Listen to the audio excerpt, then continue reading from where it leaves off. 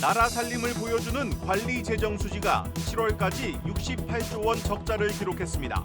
부족한 재정을 빚으로 메우면서 중앙정부의 채무는 1,100조 원 돌파를 눈앞에 두고 있습니다.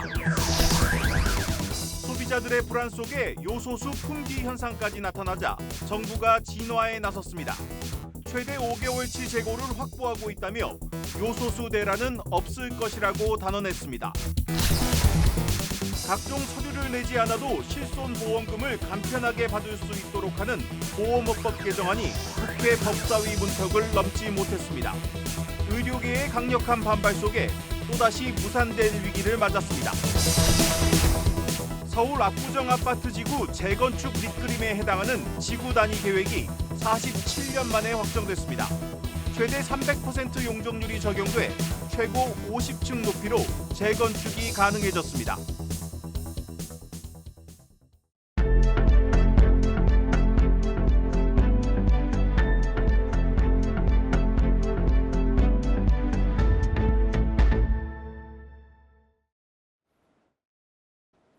뉴스플러스 시작합니다. 경기 침체 속에 들어오는 세금이 줄어들면서 나라 살림이 엉망입니다. 지난 7월까지 무려 68조 원 적자를 기록했습니다. 이렇게 부족한 살림을 빚을 내면서 메우다 보니 중앙정부의 채무는 어느새 1,100조 원 돌파를 눈앞에 두고 있습니다. 문제는 세수가 부족한 이런 상황이 당분간 이어질 수밖에 없다는 겁니다. 첫 소식 전민정 기자입니다.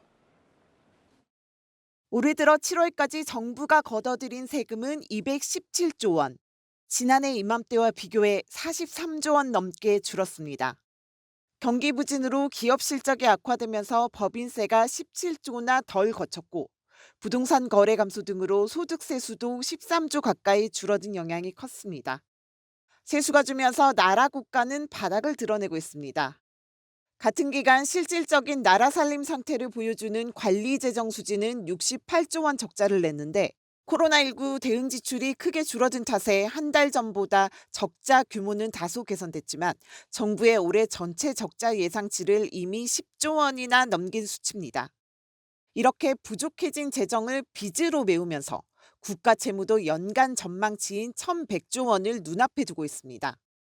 문제는 하반기 들어서도 좀처럼 반등의 기미를 보이지 않는 경기 탓에 앞으로도 나라 빚은 더 불어날 것이라는 점입니다. 추경 편성에 선을 그은 정부는 외국환 평형기금과 같은 공공기금을 헐어 부족해진 세수를 메우는 방안을 고민 중입니다.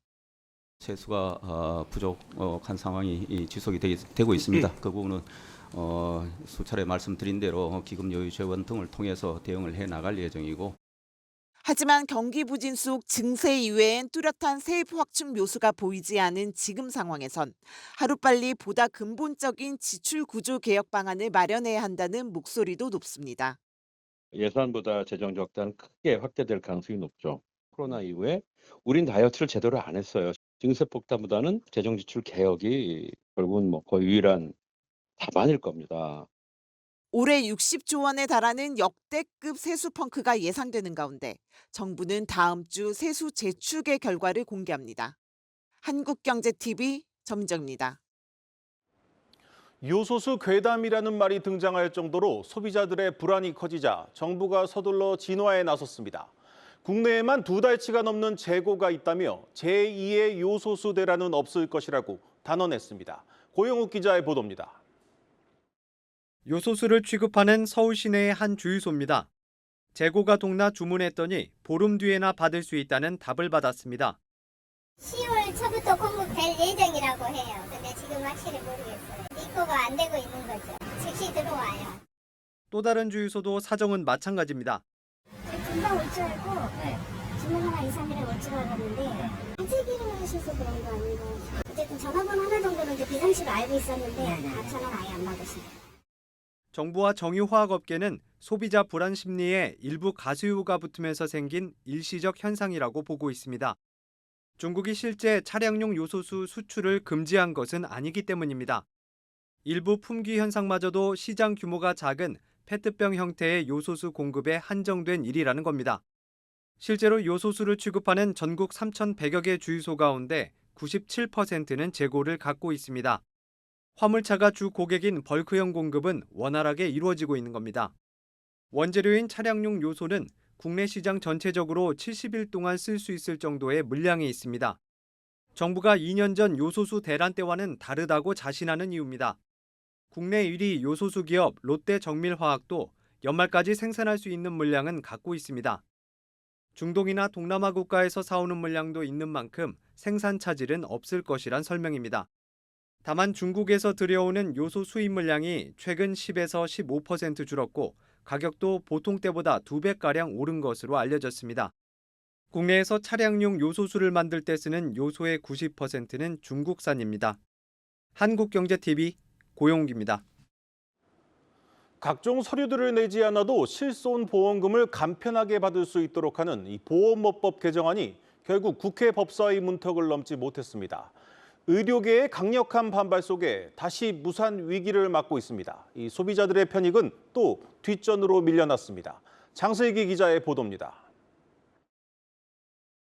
광범위한 예외를 좀 만들면서 관련된 정보를 제공할 수 있도록 하기 때문에 의료법이라든지 약사법의 어떤 취지와 충돌할 여지가 있다. 청구 서류 전자적 전송 과정에서 정보의 목적 외 사용, 보관, 비밀 누설이 철저히 금지가 되어 있습니다. 청구 절차를 간편하게 하는 거고요. 기존이랑 달라지는 건 없다고 보시면 됩니다. 실손보험 청구 간소화 법안이 또 한 번 환자 정보 유출 우려를 이유로 국회 문턱을 넘지 못했습니다. 법제사법위원회는 전날 실손보험 청구 간소화 법안에 대한 이견을 좁히지 못하고 오는 18일 전체 회의에서 재논의하기로 했습니다.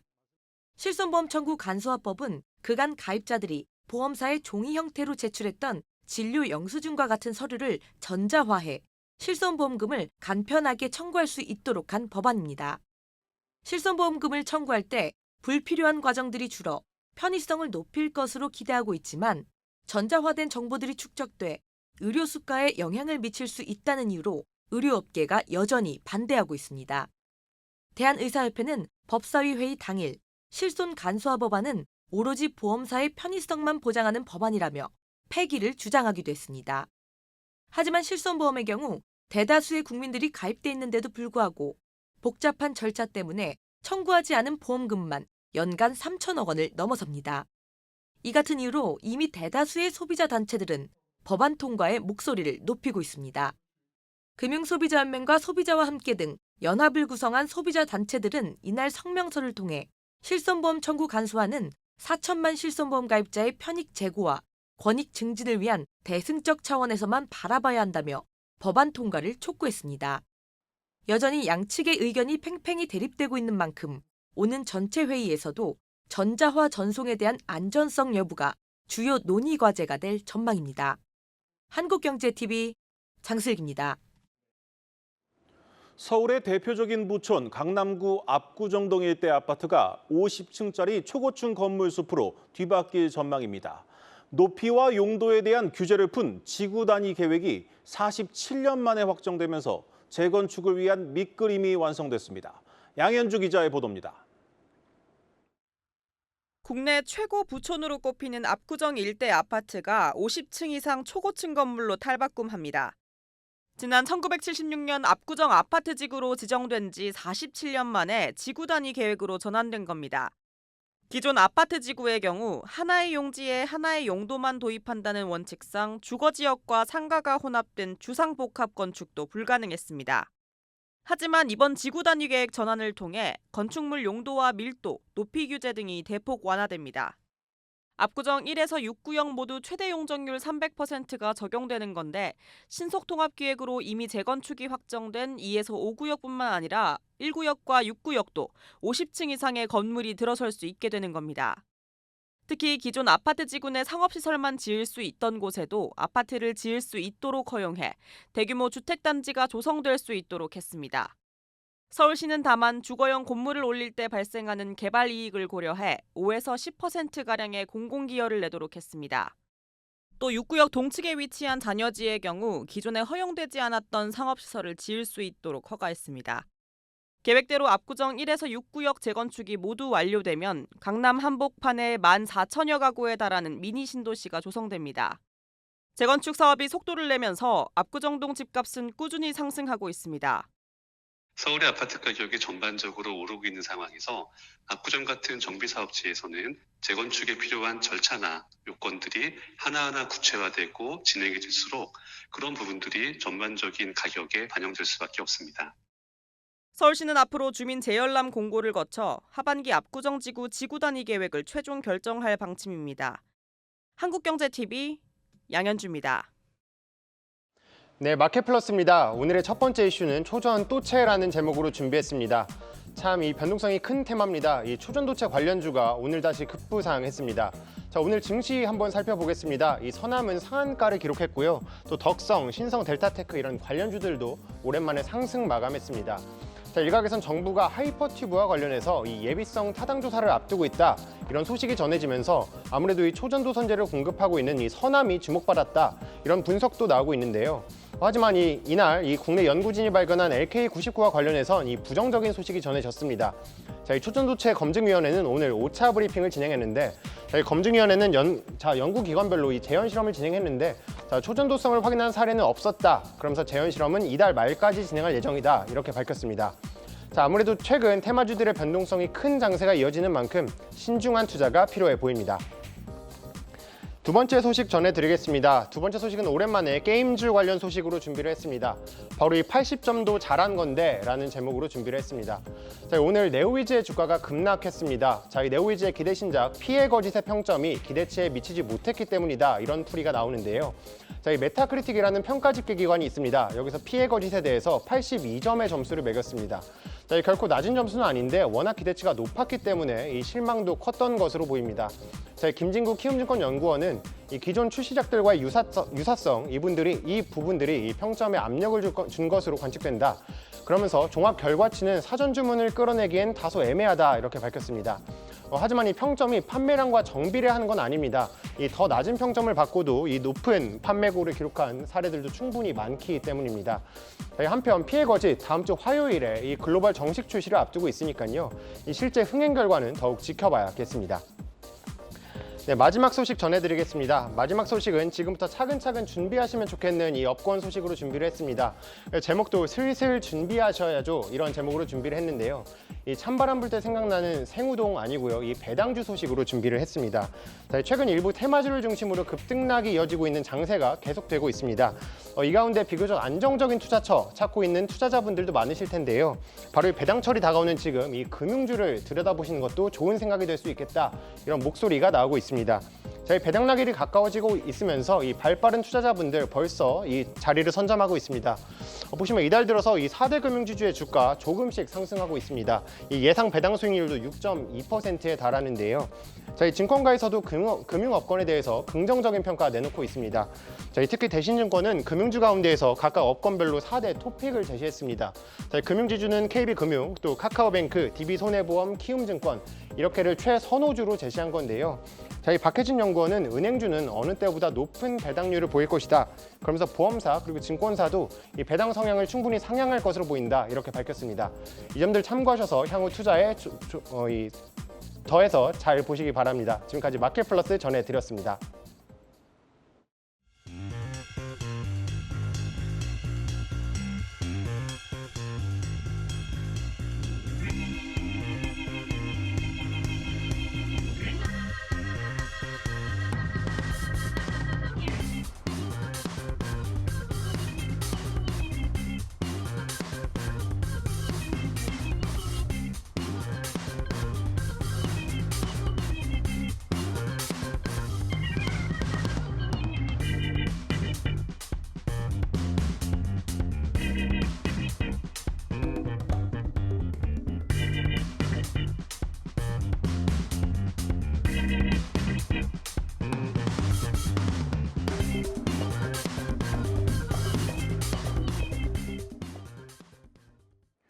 두 차례에 걸쳐 에코프로 그룹주에 대한 매도 리포트를 냈던 하나증권에서 당시 이를 맹비난했던 일명 배터리 아저씨를 초청해 투자 설명회를 열고 있어 눈길을 끌고 있습니다. 이 증권사 내부 조율이 안 될 정도로 뜨거운 2차 전지 주식인 것 같습니다.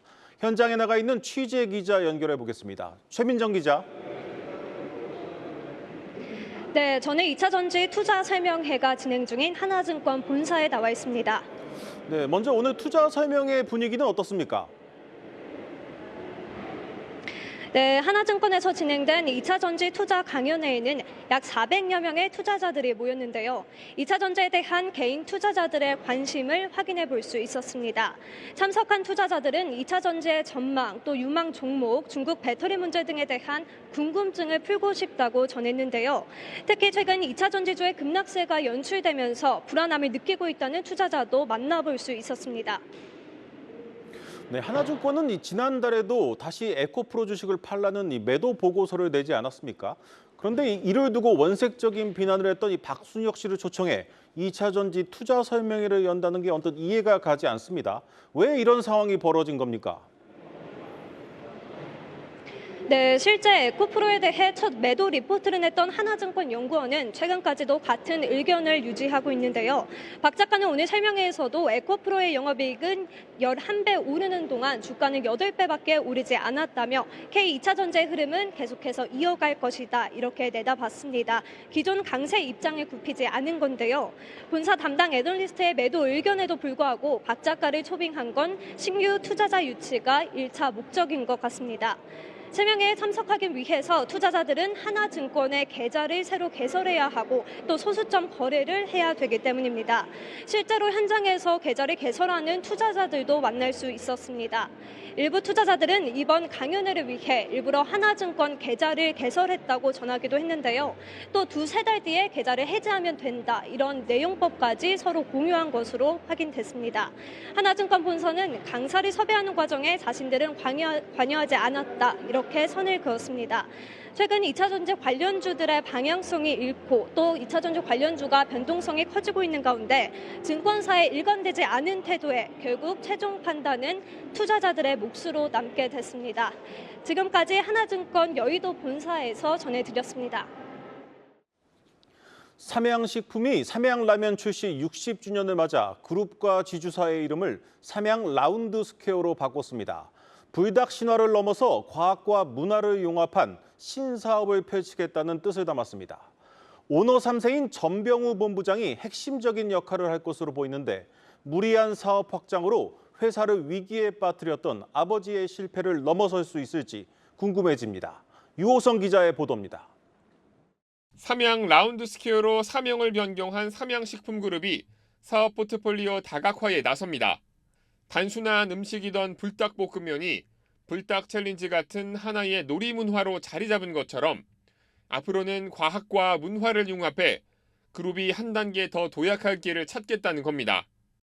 오늘 우리는 하늘과 땅이라는 큰 자연의 이치를 문화예술과 과학기술이라는 축으로 재해석해서 만든 새로운 사명 라운드 스퀘어로 우리의 새로운 미래를 알립니다.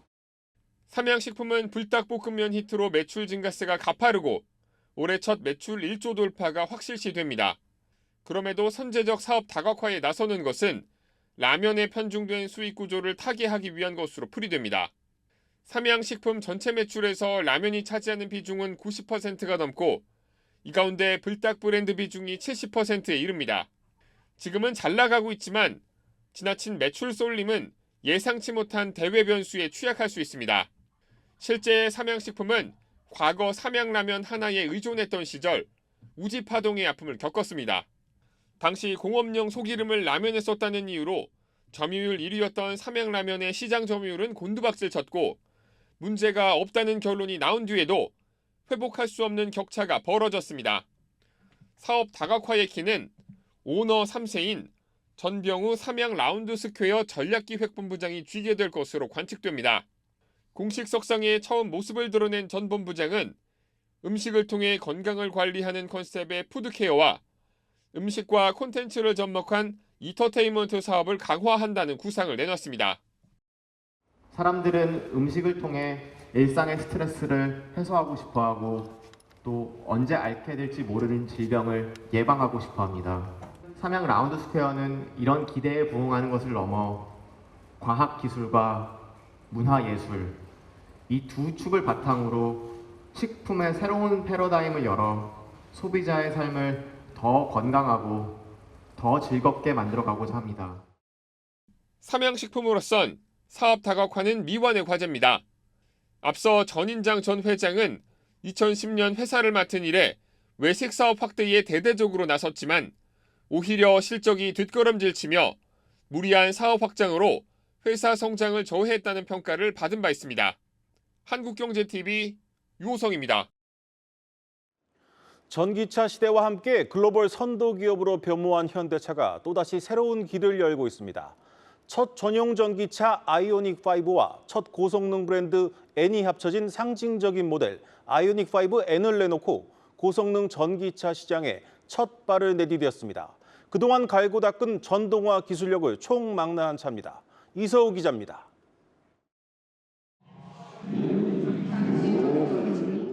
시동 버튼을 누르자 날카로운 배기음이 들립니다. 강력한 엔진을 가진 레이싱카 같지만 전기차입니다. 현대차가 내놓은 고성능 N 브랜드의 첫 전기차 아이오닉5N입니다. 전기차 시대에도 드라이빙의 즐거움을 잊지 않도록 내연기관 차량의 배기음과 변속기 느낌을 실제처럼 구현했습니다. 고성능 N 브랜드답게 실제 주행 성능도 최고 수준입니다. 최대 출력 650마력, 제로백 3.4초로 페라리, 포르쉐의 스포츠카 모델과 비교해도 뒤처지지 않습니다. 고출력 배터리를 비롯해 EV 특화 열관리 제어 시스템, N페달, N배터리 프리컨디셔닝 등 고성능 전기차 N 전용 기술들을 적용했습니다. 많이 파는 것보다 N 브랜드를 기술적으로 개발을 하고 전기 고성차 시대에서도 그 기쁨을 지속되게 하는 것이 아이오닉5N에는 현대차가 SK온과 공동 개발한 4세대 고전압 배터리 셀이 탑재됐습니다. 기존 3세대 배터리 셀보다 에너지 밀도가 약 8.4% 더 높고 18분 만에 급속 충전이 가능한 업계 최고 수준 성능입니다. 아이오닉5N은 7월 전 세계에 첫 공개된 이후 이달 초 국내 출시됐습니다. 내년 상반기부터는 유럽을 시작으로 글로벌 출시될 예정입니다. 한국경제TV 이서우입니다. 방한 중인 건버자브 잔당샤타르 몽골 국회의장이 한국경제TV와 단독 인터뷰를 가졌습니다. 몽골의 풍부한 자원 개발을 위해 우리 기업들의 참여가 필요하다고 말했습니다. 박찬휘 기자입니다. 건버자브 잔당샤타르 몽골 국회의장이 몽골의 풍부한 천연자원 개발을 위해 한국과 협력하길 희망한다는 뜻을 밝혔습니다. 환태평양 지속가능대화 포럼 참석차 방한한 건버자브 의장은 한국경제TV와의 인터뷰에서 한국 기업의 뛰어난 기술이 필요하다며 한국과 다방면에 걸친 협력이 필요하다고 강조했습니다. Монгол улс ашигт томтмол уулуурхай газрын хаврын элементээс салбарт хамтран ажиллах сонирхлоор засгийн газрын түвшинд тохиролцоод одоо газрын хаврын элементийн геологийн судалгааны төвийг хамтран байгуулахаар ажиллаж байна. 몽골은 핵심 광물 보유량 기준 10대 강국으로 130만 톤에 달하는 리튬이 매장돼 있습니다. 전기차 배터리의 재료인 구리와 니켈, 히토류 같은 필수 광물도 풍부합니다. 최근 에너지 안보가 주요 이슈로 부각되고 있는 가운데 양국 산업부는 희소금속 분야에서 협력을 강화하기로 합의하고 오는 11월 몽골에서 제1차 한몽골 희소금속 협력위원회를 개최하기로 했습니다. 건버자브 의장은 해외 자본 유입을 위해 은행업 중심의 몽골 금융구조 개선에도 힘쓰고 있다고 밝혔습니다. За нэгдүгээр банкны салбарын реформ хэрэгжиж байна. банкны салбарт одоо хувьцаа эзэмшигчид IPO гаргаж public company болох юм 신실대 ажил явагдаж байна. 이와 함께 몽골 정부는 해외 투자 유치 확대를 위해 대외무역 투자부를 개편하고 외국인 투자법을 개정하는 등 진입 장벽을 낮추고 있습니다. 건버자브 의장은 한국과 경제 동반자 협정을 체결하기 위해 속도를 내고 있는 점에 대해서도 기대를 드러내기도 했습니다. 몽골 입법부 수장의 방한을 계기로 양국 간 경제 교류가 더욱 활기를 띨 수 있을지 주목됩니다. 한국경제TV 박찬유입니다. 뉴스플러스 오늘 준비한 순서는 여기까지입니다. 시청해 주신 여러분 고맙습니다.